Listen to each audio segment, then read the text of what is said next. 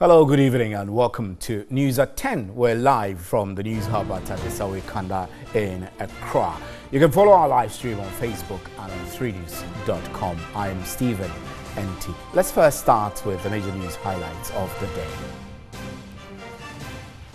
President Akufo-Addo has lauded Ghanaians for opting for democratic governance and the rule of law. Speaking at the Thanksgiving service for the 25 years of Ghana's Fourth Republic, the president wants the spirit of reconciliation and unity to continue for effective national development.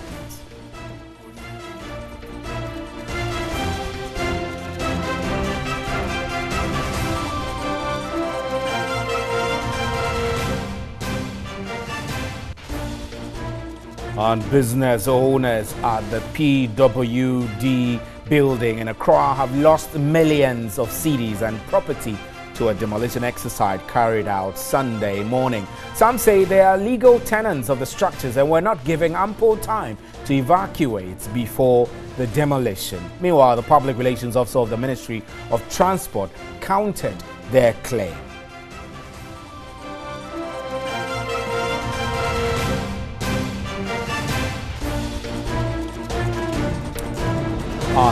Business has dipped drastically.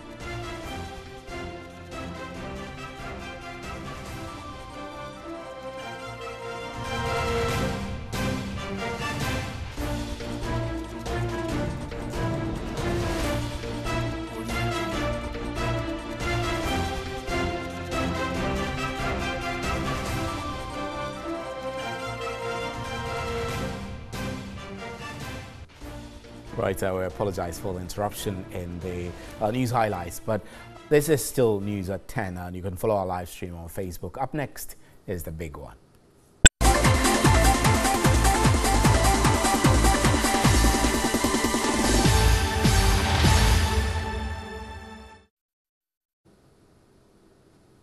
Welcome back. Now, President Akufo-Addo has lauded Ghanaians for opting for democratic governance and the rule of law. Speaking at the Thanksgiving service for the 25 years of Ghana's Fourth Republic, the president wants the spirit of reconciliation and unity to continue for effective national development.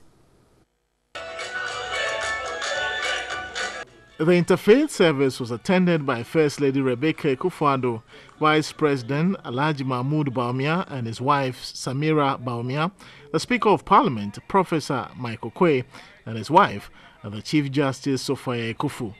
All living former heads of state of the Republic were also in attendance and participated in the service by reading scriptures for the day. On the 10th day of the 7th month, on the Day of Atonement, sound the trumpet throughout your land. Worship the Lord with gladness. Come before him with joyful songs. I'll tear down my barns and build bigger ones, and there I'll store my surplus grain.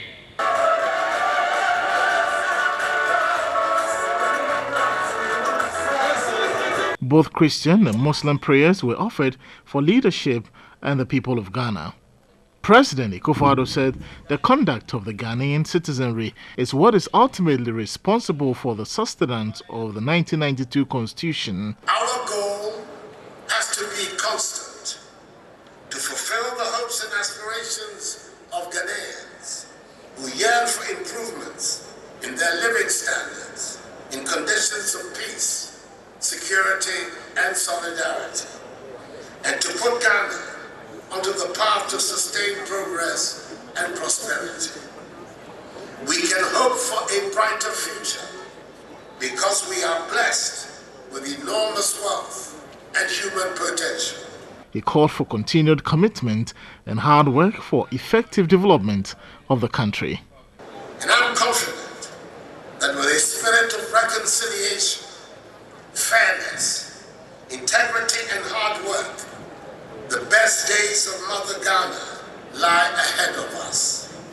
Together, we are laying the platform for the evolution of a new Ghanaian civilization, which will give true meaning to the foundational values of freedom and justice on which our nation was conceived. The Center for Democratic Development, CDD, has bemoaned the failure of successive governments to pass the 17-year-old Right to Information Bill, despite the country marking 25 years since its return to democratic governance. The CDD, in a statement to commend Ghana for maintaining the democratic credentials over the period, said it was dismayed that the governmental accountability and responsiveness have remained highly insufficient despite delivery of considerable voice to citizenry under the Fourth Republic.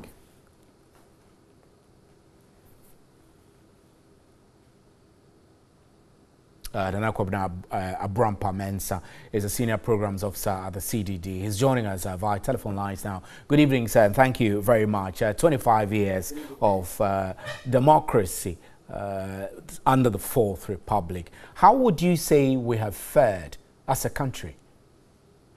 Good evening, my brother, and let me also say a very good evening to our listeners this evening. Yes, as it states in that statement that we issued today, Ghana has done well comparing to other countries that have also adopted democracy as a governance of their countries. We all know one of the things that set countries back is elections. And under the Fourth Republic, we've been successful in 7 successive elections, having 3 terms turnover, alternating 3 different governments. We've also been successful maintaining the peace that we've been enjoying in the country. Of course, we've had a constitution and governments that have given voice to the people, the citizens. Media freedom and the freedom to criticize governments of the day and other governments. In this front, I would say we've fared very well. But of course, as we also issued our statement and we'll be stating it, there are faults and there are mistakes, and there are also challenges that we're still encountering as a country that we need to work on. So CDD has suggested the passage of the Right to Information Bill. Of course, we all support its passage, but you feel that for this long, 17 years, that the bill has not been passed is problematic. But how do you think that passing the bill will have any impact on our democracy? Well, transparency and accountability has as one of its pillars freedom of information. And this bill will give us the right to take the necessary information to be able to scrutinize governance of the country from the local level. And in fact, I always say our media in the country are doing well. Even though information is sketchy, they are still trying to put issues to the force. We can all assess how governance is going on. But if we have this bill, we have the authority to demand and take the necessary information to inform our suggestions, criticisms, and also know what is exactly happening in the system, which of course will be a step in checking accountable governance in the country. So we think it's a prelude to transparency. And you also are lamenting, in that statement, you lamented on public corruption and the economy. The key issue is that, I mean, as citizens, we've always blamed the governance, government leadership for corruption, whilst in reality our own attitudes and responsiveness to some of these things is also bad. Where do you think we should be drawing the line as we celebrate 25 years under the Fourth Republic? Well, you've hit the nail at the right time. We are involved in the acts, and in fact we must take responsibility in trying to get corruption in the country. But of course, there are also leaders that have elected, giving us their mandate to check the system for us. And they always rely on the leadership to crack the whip. The Constitution has provided for mechanisms to check in the system. And we believe if we have a strong leadership, as Obama did say when he visited Ghana, that we need strong institutions and not strong men. If we allow the institutions to work, we empower the institutions. We take responsibility as leadership of the country and we crack the whip. We think these things will go down. It's not enough to say that we have a leader. It's not enough to say that we have institutions. But it's enough to say that we actually reform the institutions, resource the institutions, allow the institutions to work to be effective in addressing some of these issues that come up. So I know we've put 25 years in the bag already. Now, the next 25 years, what should we do different if we are to, one, move our democracy forward, two, improve our socio-economic conditions as a country, and also perhaps enlightening our citizens to be more accountable to themselves and hold the leaderships also to accountability? Well, we must still continue with the positives that we've talked so far, continue to maintain the peace that we have in the country, continue to resource our electoral commission and institutions to be able to conduct free and fair elections so that we don't have democratic setback because of elections. We must continue to resource our accountability institutions. We talk about the checks and balances in the system. We must also continue to do all these things that we have said in our system. But of course, we need to also change some of the attitudes that we stated there. We need to have a clear line of governance of the country from political hanging of administration. We need to be able to have a review of our asset declaration law to make it so clear that you as a media man, myself as a civil society organization will be able to know that when Mr. B was coming into governance, he had one house. After 4 years, we'll be able to compare how many houses he has, how many property he has. We need to review some of these policies and programs so that we can have a clear, transparent, and accountable governance in the country. We said in one of our programs, Checking Corruption, that yes, we can do some of these policies that we have if we are able to curb corruption, retrieve all the money that we have. We don't have any big policy in the country. Our resources in the country will be able to manage the economy. Right, if we do this and we go ahead to maintain the peace, give voice to the citizens, I think we'll progress in the next 25 years. Right. Mr. Abraham-Mensah, grateful for your time. Mr. Abraham-Mensah is with CDD, and he joined us there. This is still News at 10. We have more news for you. Please don't go away.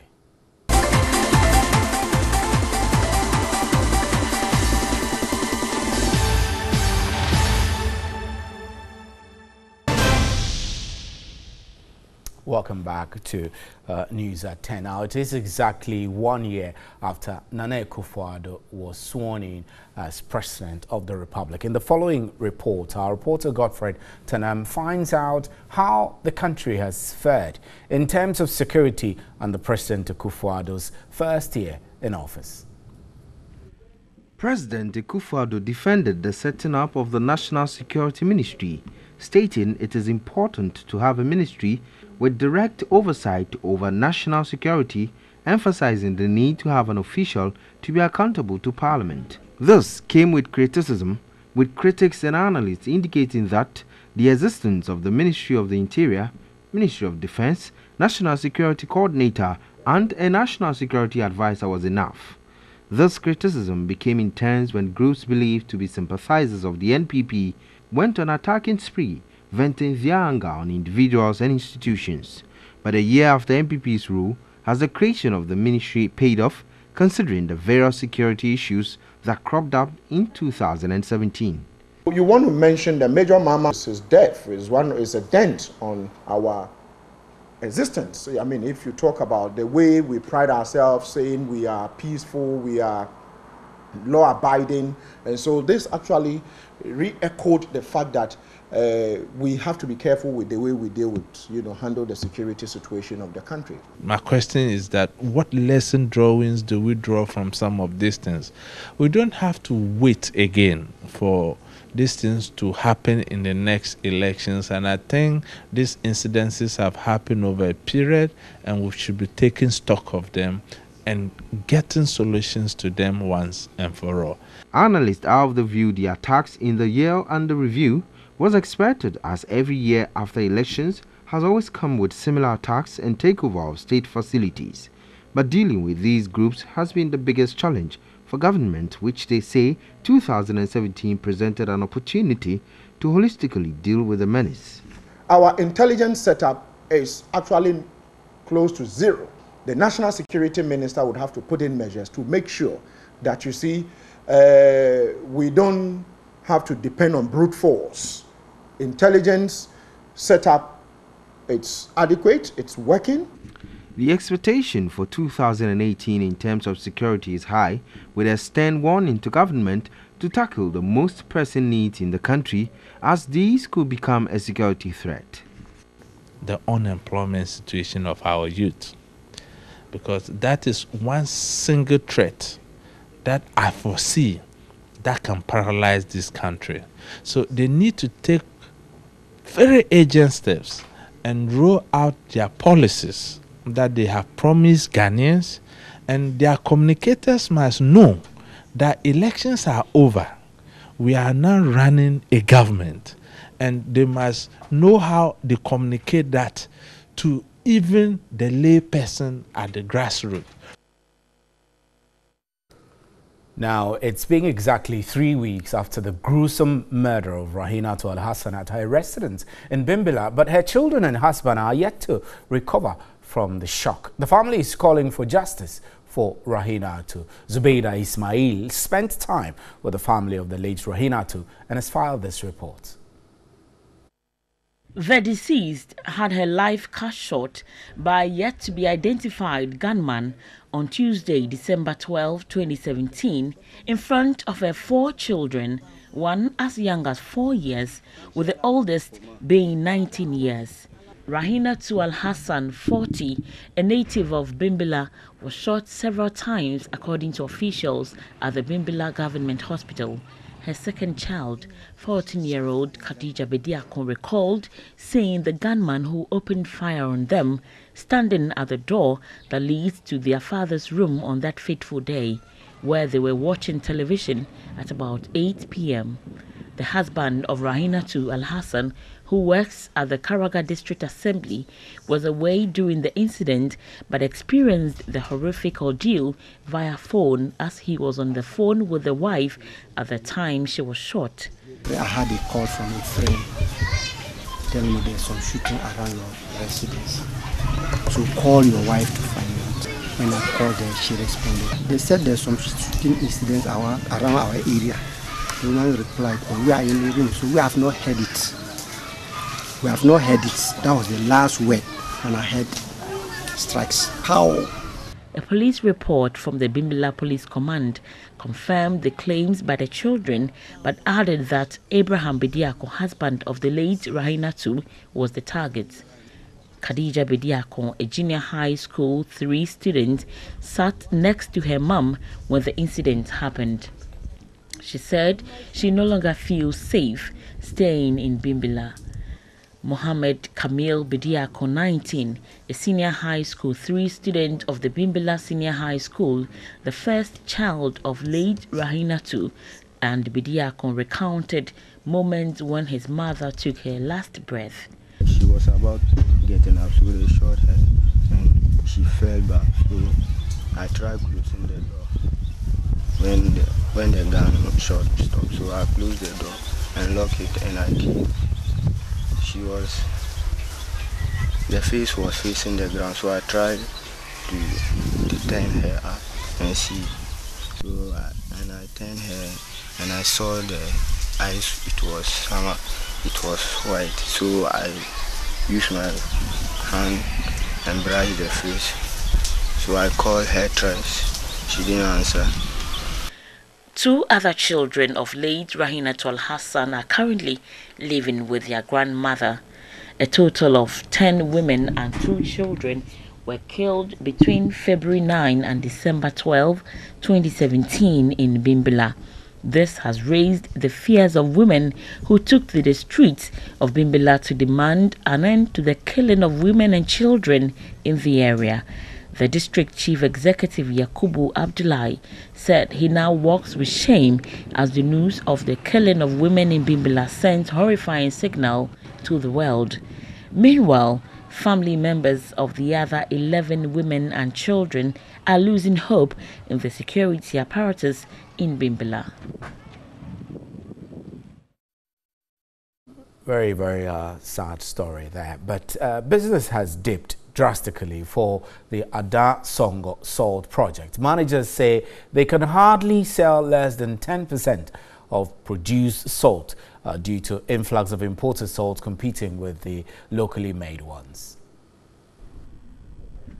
Managers of the Ada Songo Salt project say their business is barely surviving as sales have dropped drastically due to the influx of imported salt, which is seriously competing with their product. Out of a total of 80% produced, they are able to sell less than 10%. The company currently holds huge stocks of unsold salt. The salt mining company says it had developed new business strategies to hit the market, yet the imported ones still give them stiff competition. Of foreign salt into the market, and because those products are whiter in terms of color, people prefer them. Perhaps those importers are also prepared to go to any length, at least to capture the market by offering lower prices and other incentives to attract the customers. They admitted that standards are adhered to, yet what is worrying was the environment, which makes it unattractive to buyers. A monthly production of 20,000 tons becomes a burden to even sell. Distributors, we were told, have shifted to the imported salt. Managing the salt mining, according to management, was now a headache to even pay the over 20 staff and the 200 workers. The Ada Songo Salt project was established some years ago to create the treasured white gold for the country. Currently, the project, which is owned by government, is struggling to defray debts, which is also affecting operations. The news team further visited the Kasai market in Ada, where most market women admitted that the local salt made in the area do not sell. Buyers now go for the iodidated ones and buy in large quantities.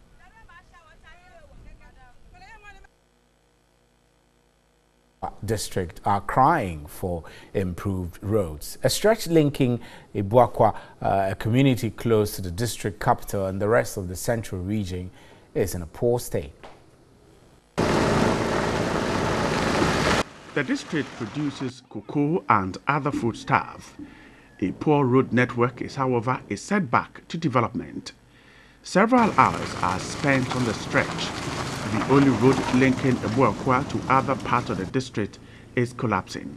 I want to entreat the current government, the DCA and the MP, that they should focus on the road. And I also plead to the road minister and Nana Addo that our plea is to come and help Esikuma Odobin Brakwa roads. Efforts to get roads fixed have not been successful. District authorities say they are working hard at fixing roads, but we need support. 90% is about feeder roads. The reshaping normally done by the assembly and something done by the regional feeder roads. So we are moving hand in hand with them. Residents say economic activities have collapsed due to this. Several investors have refused to set up businesses in the district due to the poor road network. These roads are very, very bad, especially those within our district. And so it is very difficult for us to get investors coming. Even during our festival, those who are convinced enough to come, when they come, they don't return again because of poor roads. We are of the view that if the government is able to give us good roads, the rest should be left to us. Residents of the district are appealing to government to come to their aid. And business owners at the PWD building in Accra have lost millions of cedis and property to a demolition exercise carried out Sunday morning. Some say they are legal tenants of the structures and were not given ample time to evacuate before the demolition. Eva Tiboka reports the Public Relations Officer of the Ministry of Transport countered their claim.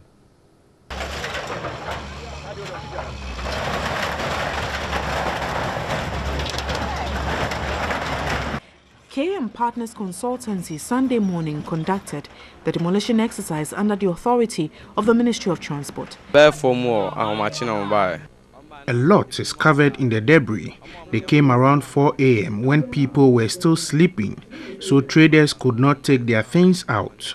Structure, previously belonging to the Ministry of Housing, now has a Ministry of Transport as its new owners. earmarked for an ultra-modern bus terminal for the intra- and intercity transport system, the ministry carried out a major demolition exercise.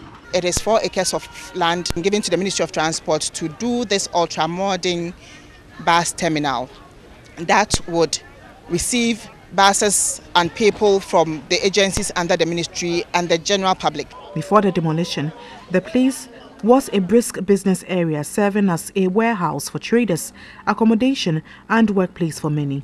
Some traders and tenants expressed shock at the pulling down of the structure, stating they are legal occupants.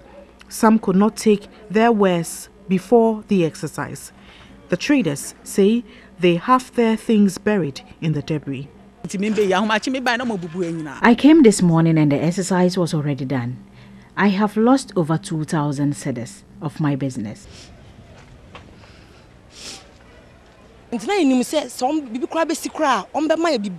We were expecting them to relocate us before the exercise, and now we are all stranded. We are pleading with the government to relocate us. They claim they did not have adequate notice, but the public relations officer for the Ministry of Transport, Gloria Holmes-Craves, countered the claim, stating the ministry gave notification before the exercise. She recounted the Deputy Minister, Titus Glover, visited the place in October to announce the exercise and followed it up with a warning in December 2017. The final announcement was done on January 4, 2017. There are several agencies involved and we are not working in isolation. So every issue that comes up as we move on would be addressed by those agencies. We have started dialoguing for some time now and we are still dialoguing. We'll keep dialoguing till the project is over. So along the line where we find challenges, we will direct them to the appropriate quarters where they can be addressed. In the meantime, business owners are trying to salvage the little they can as they have been directed to immediately vacate the area. And that's it for News at 10. Thank you very much for your time. On behalf of the crew, good night. There is more news at 3news.com.